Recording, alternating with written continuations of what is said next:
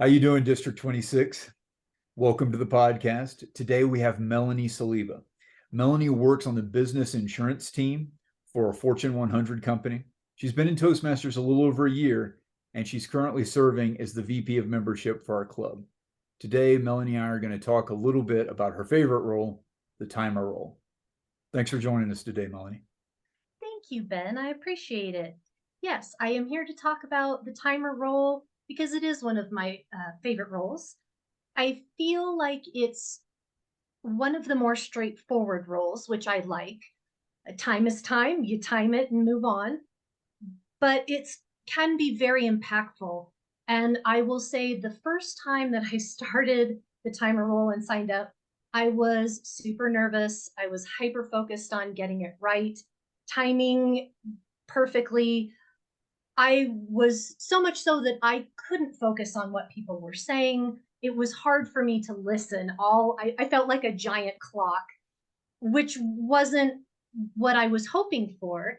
So when I did it again, after having tried it and getting it out of the way, understanding how it worked, well, then I started to really get into it and like it because it was starting to give me this sense of time that I don't have naturally. When I start talking, especially in front of a group, everything flies out the window, including the sense of time that I have of how much time has elapsed. So getting into timer is something where once you've done it and you see the value of getting the feel of what a minute feels like when somebody's talking nonstop about something, it can really help you start to relax and know that if you've practiced a speech or something and you've timed it, you can trust yourself, you can trust your cadences, you know yourself, you can deliver a speech in the time allotted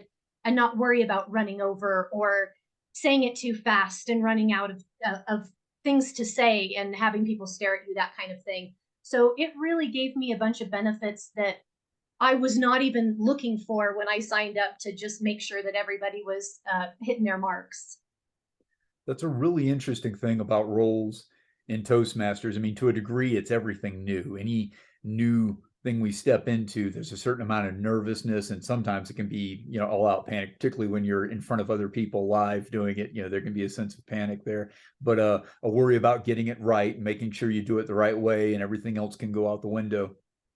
I love that about Toastmasters, where you get the chance to do all these different things where you're learning something. And of course, the first time, a lot of times it's just getting it done with, recognizing you can do it, you'll be okay. And after that, you start to get to see more subtle things about the role, more subtle benefits that come with the role, and it adds a dimension to things. I found that with everything, grammarian, evaluator, timer. Have you noticed anything like that as you've gone on over time? Little things you've picked up in addition with the timer role. Absolutely. And I would say that that's what I like about Toastmasters is it's such a safe place that you go in feeling nervous about things, and whether or not you hit timer roll or grammarian roll out of the park and wowed everybody with your skills or not, you do it and people acknowledge it, and they help you get over any sort of fears and anxieties that you might have in the roles. And yes, you are, because it's a safe space like that, I was willing to come back and do it again and do it again. And I think probably the timing of the longer speeches, as much as I like timing things like table topics, because that gives you a real good idea of about what a minute feels like, those longer speeches too, watching what people have constructed and seeing if they hit their marks because they've got this predetermined time, help me with my preparations and hitting my times a little bit better. I feel like just knowing that whole process, watching people, getting a feel for how long it takes. I feel like I'm not wildly off of my timing because I'm helping with timing roles. That makes sense. Absolutely, absolutely. Cool. It's one of the other things I love about, just again, roles in general. I mean, to the degree that you start facing those uncomfortable things and getting past them, I think that not only helps you going further in Toastmasters, improving your speaking and your leadership, but it seems to me that's beneficial in every area of life. Recognizing that the first workout's probably not going to be that much fun and it's not going to feel like you're that skilled or that great at it. First day at the new job isn't going to be that fun, isn't going to feel, I mean, sometimes it is, but the willingness to get through it, and sometimes just the willingness to get through it and the recognition it's going to be okay makes it Mhm. a lot more fun than it would have been. The first time I've done a few different things. By the time I did general evaluator, I'd done enough roles where it wasn't bad. I mean, it wasn't, I'm sure it wasn't a great version of general evaluator, but the kind of, I'd had the similar thing with you. Timer was my first role I took. And the whole trying to pay attention to the time and write things down so I could fill out the timer sheet and making sure no one went over time and starting on time and ending on time. It just seemed like, how am I going to even pay attention to the speeches?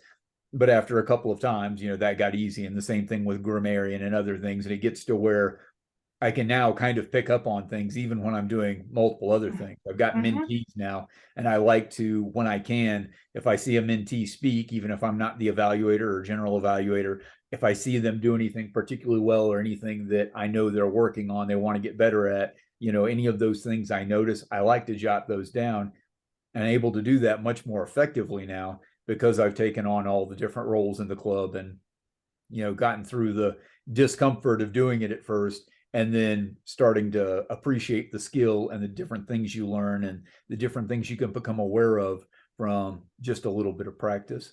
Yep. Yep. Absolutely. Couldn't have said it better.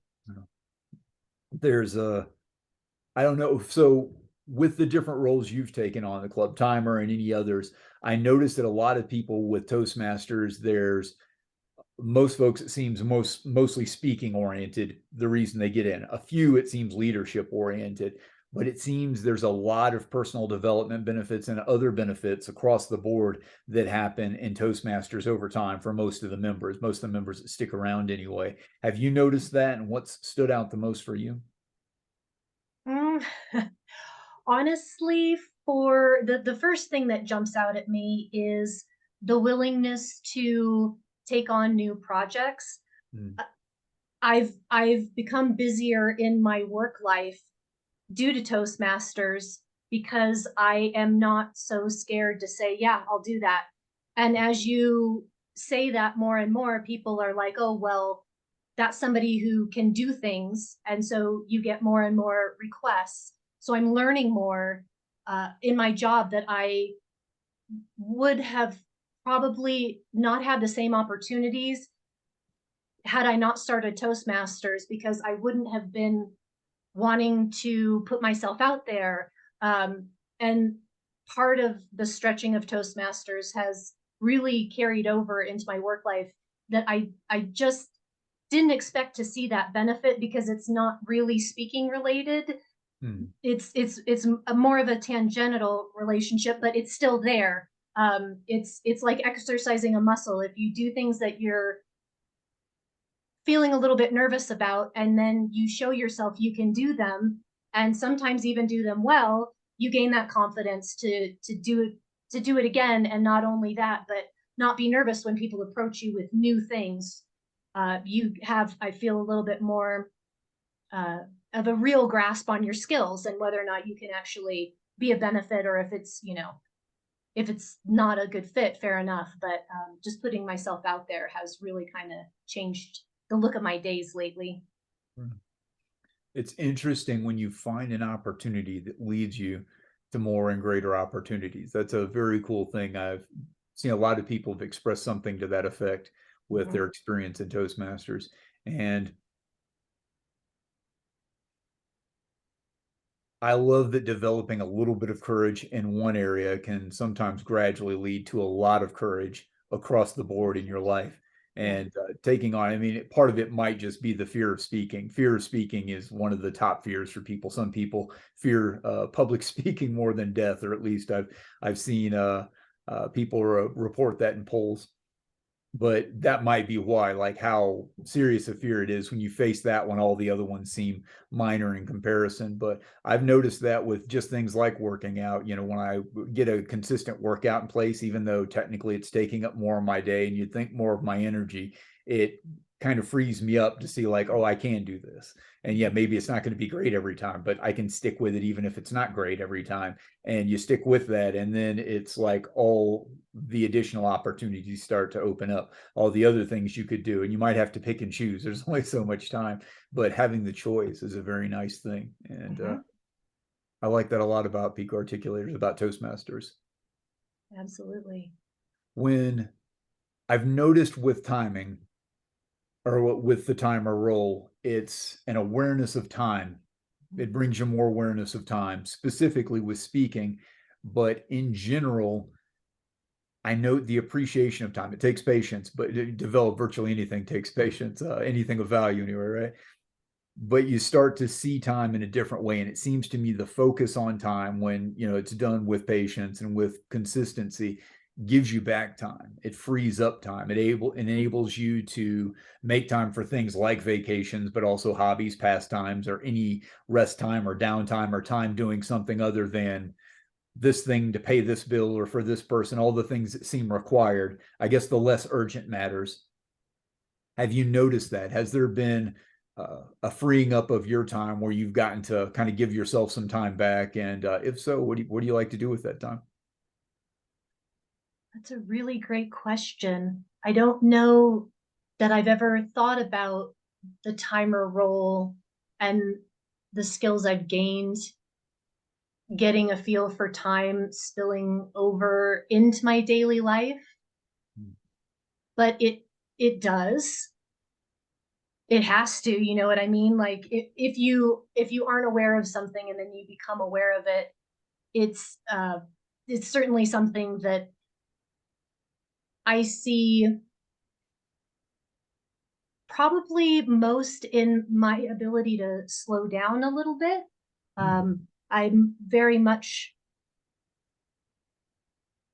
want to be respectful of people's time. I know time is a commodity, but I also rush. Like the other side of that is just, not thinking, and whatever comes out, and then caused confusion, or now you don't even know where you're at. Taking pauses and things like that. I don't know if that's just general Toastmasters skill or directly related to timer, but I can say that allowing people to pause, pausing myself, appreciating that slowing down to give people the time to articulate what they really want to say can be very powerful, rather than just trying to, my initial reaction is just rush through, finish, finish, finish, Yeah. get your thought out there, and we'll be done and we can move on. So if it's not, if I haven't made my thought well articulated, then it's just going to take more time to get it across to you anyway. So yeah, I think timer has kind of spilled over it in things. I hope it has anyway. That's an amazing thing. It's an amazing notion. And I like the way the speeches are set up where there's a minimum time and a maximum time. Mm-hmm. Whether you make it or not is, from being a member of the club, it's not a huge deal. No one yells at you if you go too short or too long. But having something like those guardrails there, I think part of that is the built-in notion that there is a time limit. You don't have all the time in the world, but you do want to take the time required to make the point you want to make as effectively as you can. And if you rush, there's an idea that like, well, anything I get done faster is better because I took less time to do it. But if you didn't do it effectively, you didn't do it better. In fact, you might have wasted someone's time because they have no understanding which to, or turned them off the whole idea. You might have just made things worse with your attempted efficiency or your attempt at being faster. Yep. But and knowing the what you can fit in a time from practicing this, it's maybe I can get 1 point in that amount of time and do justice to it, or maybe I can get 3 points in, depending on what the matter of time is. But you start paying attention to it in a different way, as Mm-hmm. opposed to just I'm going to say whatever I can as fast as I can, or not paying attention to it at all. Yeah, There's you got me. there's a The verbal explosion yes. onto people. But it's interesting because you think timer, you got to restrict the time, but it's not just about that. It's that with pausing, like you were just mentioning, if you give it the space it needs, if you give it the time it needs, you can really build something better. I mean, a significant part of that's nonverbal. I mean, particularly when you're standing up in front of people and you can take a moment to pause, you can calmly, comfortably pause and let something sink in and let the impact of the next thing you're about to say sink in.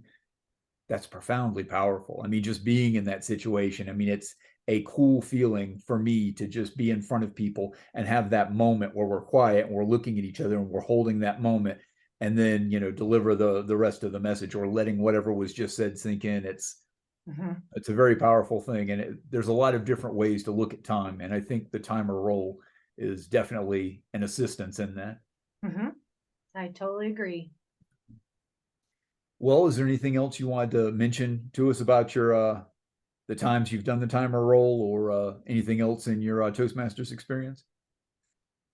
I just the advice I would give to myself of the first time you do it, it's going to be awkward. Or Sure. if it's not for you, great. But if it is, then you might be like me, where every new role is going to be awkward for you because it's new. Take a moment and give yourself some time to do it again because you're going to get things out of it besides just ticking off boxes for people and letting them know how many seconds they went. It goes deeper than that. So, yeah, it's a cool one. Give yourself some time to get it. I don't think there's a better way to finish than that. That's right. Melanie, thank you so much for spending a little bit of time with us today and sharing some of your experiences. Absolutely. My pleasure. All right. That's all for today, folks. We will see you next time. Thank you very much.